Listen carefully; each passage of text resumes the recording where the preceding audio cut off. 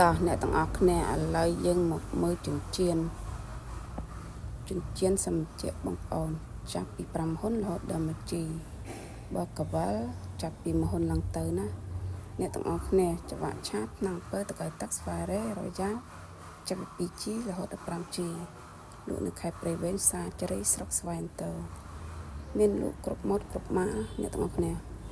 ចង់កំងម៉ូតអីឆាតចូលពេកនឹងតែតាមលេខទូរស័ព្ទដែលយើងខ្ញុំដាក់នៅខាងលើ